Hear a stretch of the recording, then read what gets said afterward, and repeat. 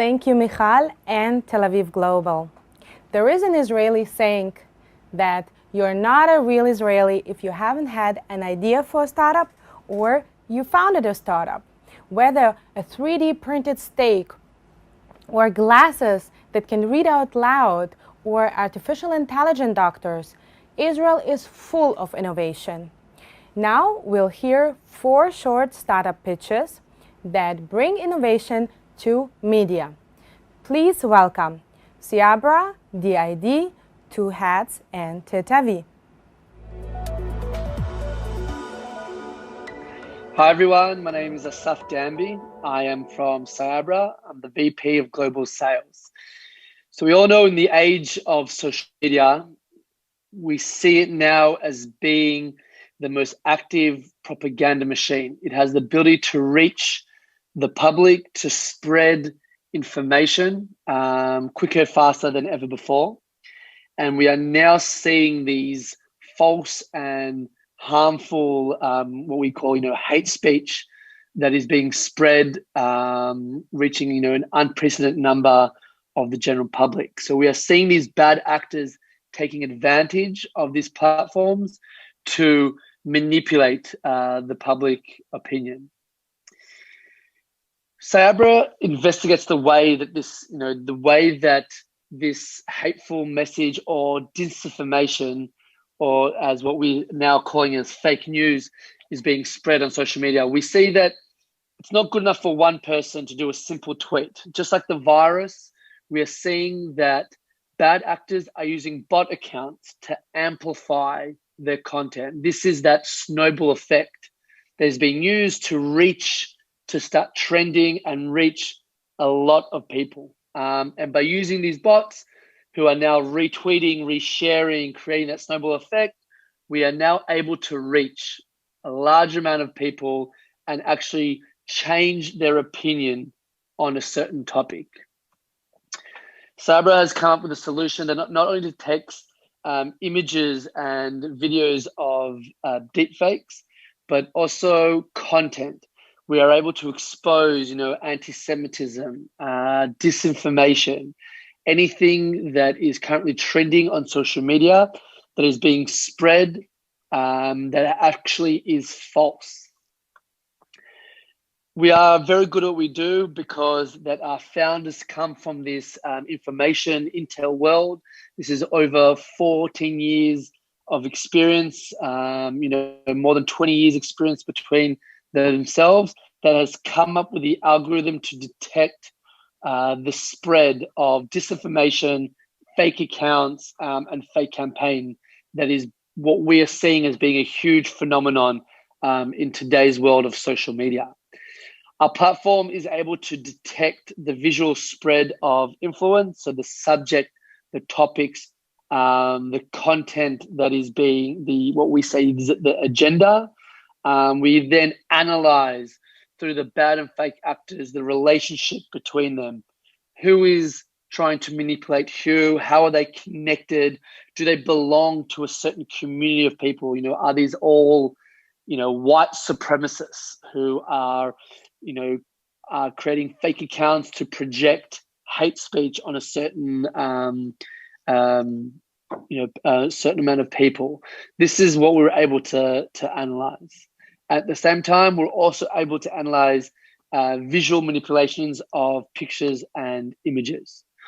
What I want to show you here is a classic case of a case study of a fake account. And this is a sock puppet that is using a fake identity in order to promote, disinformation, rumors, and just that kind of hate speech. So this is a screenshot from a platform.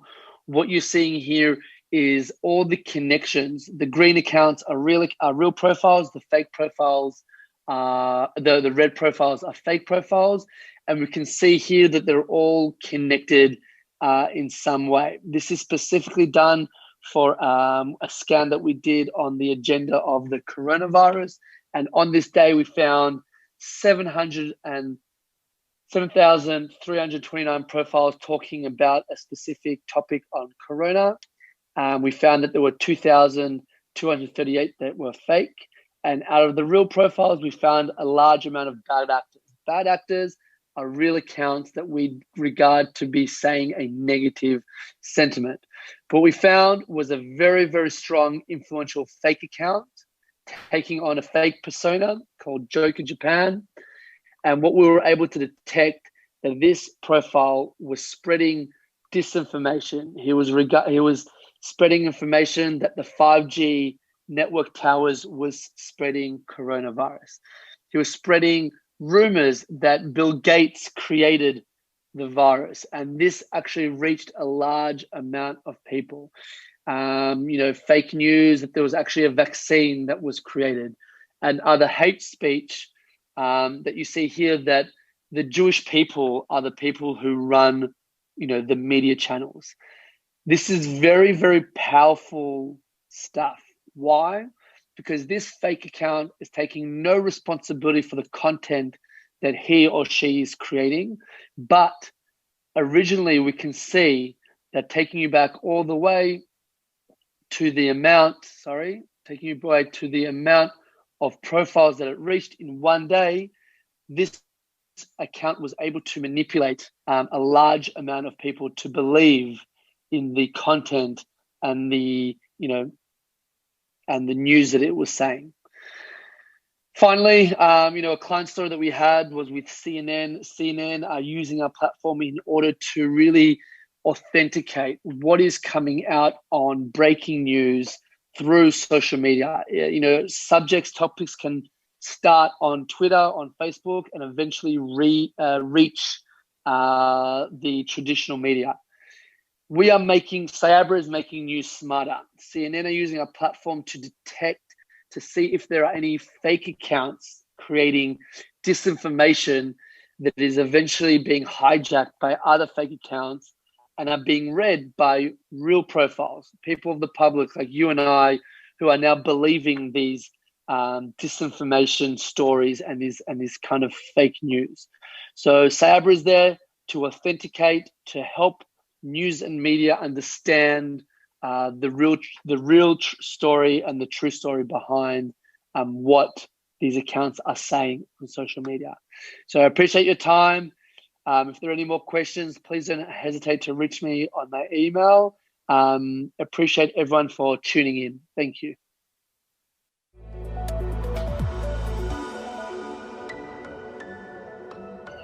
Hi, my name is Kinneret Muller, and I'm the marketing director at TetaVi. Today, I'll be talking about media and innovation and forging new futures. We live in an age where the attention span of media consumers is short. In fact, Generation Z's attention span has shrunk to 8 seconds, and the way we consume media is changing as well. Short-form video being the preferred format, and so conveying complex messages is a major challenge. Today, I'd like to talk about volumetric video, which is a medium that offers a new way of relaying content in an immersive, engaging, and highly visual manner. We can bring live-action holograms to any mobile device and create an experience that's both immersive and intimate. This is an example that TetaVi did. Traditionally, President Rivlin invites citizens to his residence for an Independence Day gathering. This year, due to social distancing, the event was canceled. So this past April, on Israel's Independence Day, we helped President Rivlin get his message out to the masses through a web AR experience. אהלן, מה נשמע? תודה שהזמנתם אותי לבקר אתכם בצורה בטוחה. איך אתם חוגגים את יום העצמאות? אני זוכר את יום העצמאות הראשון, היום שבו הונף דגל ישראל הראשונה לראש התורן. הרגשנו שאנחנו עדים לנס. והנה אנחנו כאן היום, 72 שנים אחרי, ואני יחד איתכם. האמת שזה מרגש. אז חג עצמאות שמח, יקירותיי, יקיריי. אתם יודעים מה? אולי נעשה סלפי. אבל לא הבאתי מצלמה, אז קדימה. בואו נצטלם יחד, ואל תשכחו לחייך. אז 3, 4, It was shown across devices. We had 250,000 users in the first 3 days. 40% of viewers were between the ages of 18 and 34, which is very impressive, and tens of thousands of social shares of their selfies were shared across social media, which was pretty impressive. To combat hate and violence, USC's Shoah Foundation volumetrically captured stories of Holocaust survivors and created a completely interactive experience. We are witnessing the natural evolution of communication. COVID-19 has just accelerated the adoption of mixed reality. The entertainment industry and other industries are working with new technologies in order to bridge the physical divide.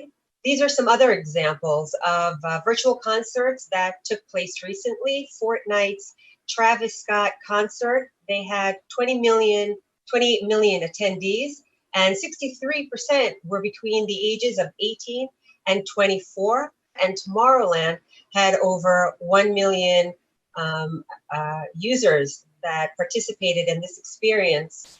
And these are just some examples how various industries are starting to bridge the physical to the virtual, and I'll be happy to expand on them separately. So what is volumetric video? Volumetric video is a technique where a space or a performance or an actor is captured, and then on playback, we're able to experience the video from any perspective, from any angle, on any device, in the comfort of your own environment. What TetaVi does is that we're a global pioneer in developing and offering volumetric video technology solutions. We bring these experiences up to a whole new level by providing volumetric holograms or assets to the virtual experience, which is authentic and realistic looking. And again, the viewer can experience this from any point of view.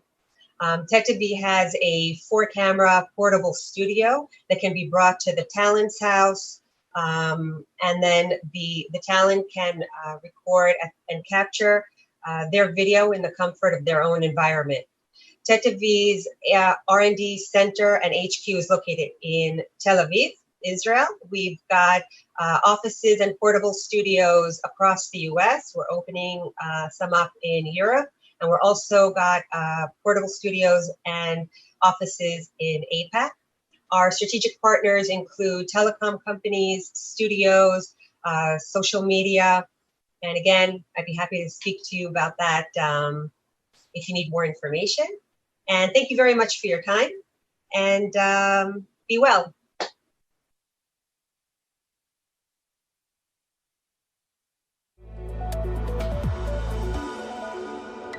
Ladies and gentlemen, welcome to de-identification, or in short, DID. We bring the latest innovation of AI face technology. My name is Brooke Afik. I'm leading marketing activities, and I will take you for a tour to remember. The company was co-founded and managed by 3 friends: Gil Perry, our CEO, Sela Blondheim, the COO, and the CTO, Eliran Kuta. During the first breakout of COVID, we closed another successful investment round of 13.5 mil. The company is backed up by Pitango, Y Combinator, AXA, Maverick, Hyundai, and others. DID innovative AI face technology is made by Israeli geeks. Our technology provides an answer to photos and videos. The mission is to protect photos from being identified by face recognition technologies while keeping them similar to the human eye, or video products anonymize faces while preserving key attributes, enabling video analytics operations while complying with privacy regulations as GDPR and HIPAA. The solution is based on the latest AI development, deep learning techniques mixed with advanced algorithms. Anonymization can be provided in 2 methodologies. The basic and the most common is different levels of blurring, as opposed to the advanced methodology, the smart anonymization. Face is replaced by an AI all-made computer-generated machine, while safeguards key attributes as gender, localization, gaze directions, and more. Allow me to introduce you to Brad Pitt's anonymized brother. We kept his gender, localization, gaze direction, and of course, his clothing, accessories he is known for. I feel I must pause in here. I have to make an important clarification. I think I can hear some thoughts of deepfake. Our answer is not quite.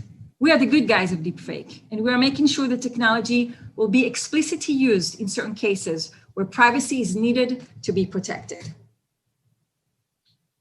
We are focusing on 4 verticals: automotive and mobility, healthcare, CCTV and smart cities, and of course, media and entertainment, the reason we are all here for. To make sure we are all on the same page and to take care of your curiosity, I've prepared short clips per vertical, but I promise I will go into depth and I will discuss media and entertainment.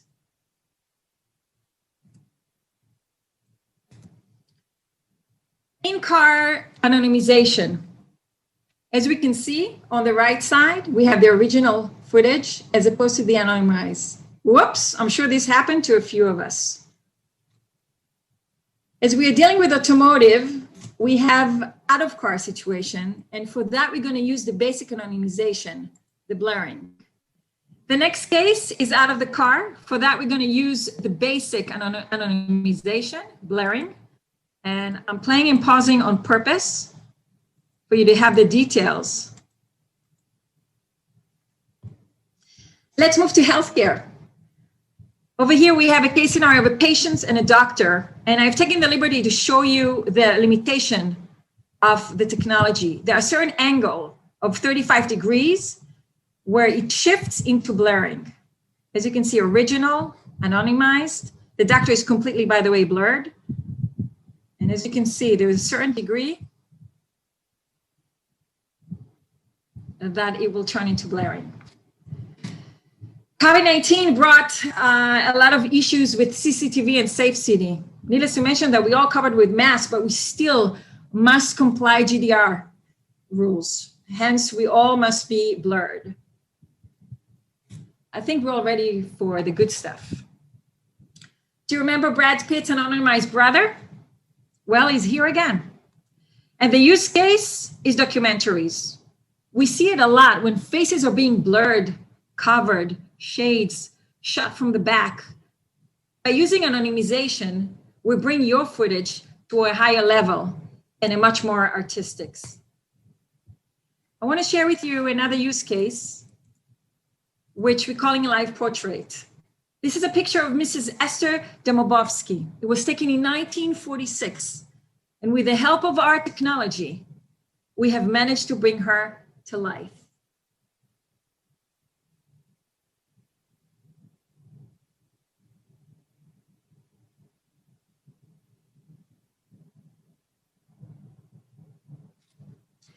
For the next case, I need to explain a few things.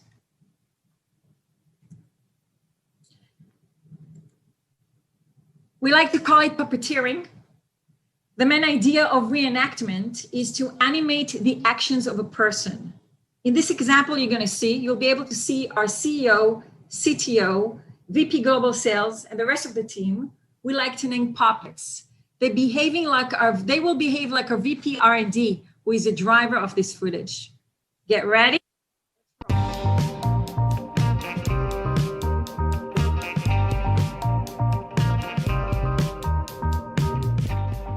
Video synthesizing is capable of doing far more than turning a smile into a frown. Advanced virtual effects tools apply AI and deep learning. As I've mentioned, this is a driver, and these are the puppets. Our CEO, CTO, VP Global Sales, Marketing, and HR. Manipulate emotions. Video synthesizing is capable of doing far more than turning a smile into a frown. Advanced virtual effects tools apply AI and deep learning to artificially recreate faces and objects. Video editors using this technology can change a character's gender, add or remove maturity lines to their faces, manipulate emotions, transform a character's gaze, and add items like glasses, beards, and piercings. One of the most exciting uses of this technology is lip manipulation. By controlling a character's mouth, film directors can have their actors record new lines and then manipulate the lips to create an authentic-looking speech with the dubbed-in audio files. Reenactment creates new groundbreaking capabilities in the media, entertainment, cinema, photography, and advertising, allowing directors to add new content and or adjust and even correct minor filming errors. The technology can be used even in cases when the talent has passed away, thus enabling the recreation of a new content. Ladies and gentlemen, I wanted to thank you for joining this tour. Feel free to contact us with questions, comments, requests for private demos. And don't forget, till then, stay healthy, keep happy.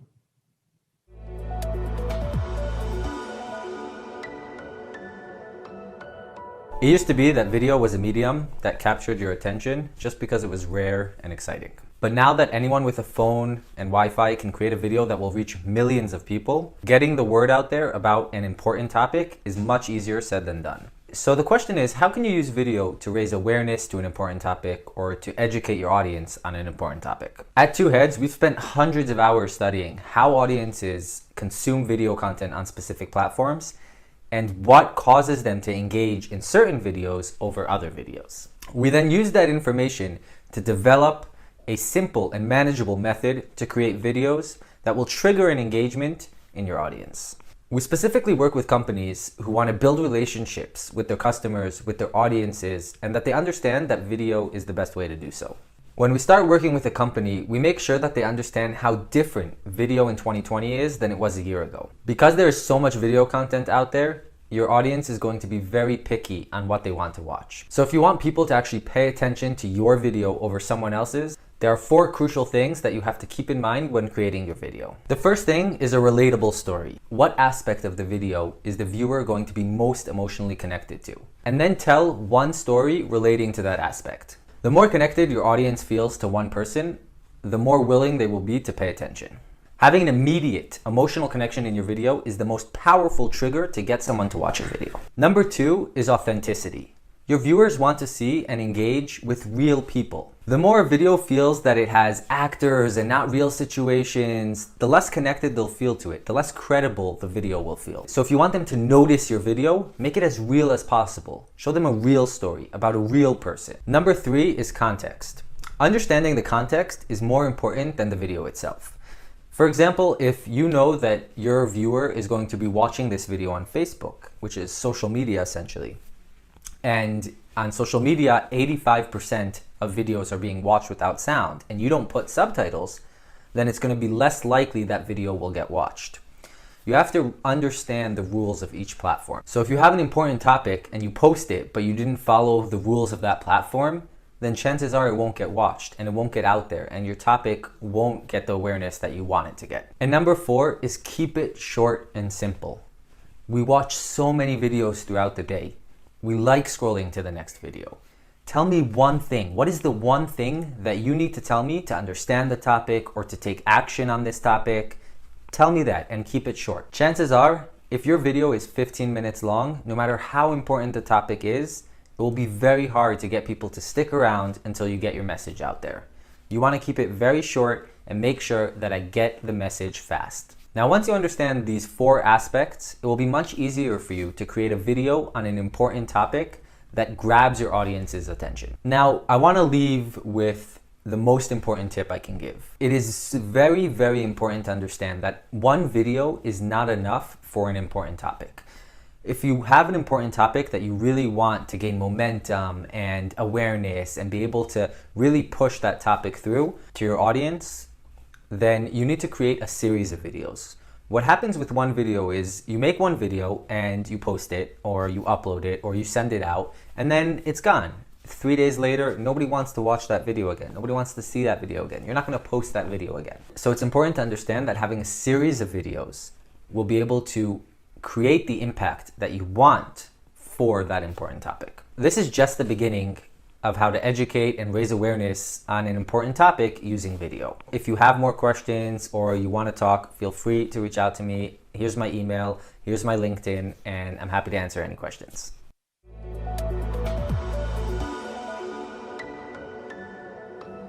Wow, what amazing projects and startups.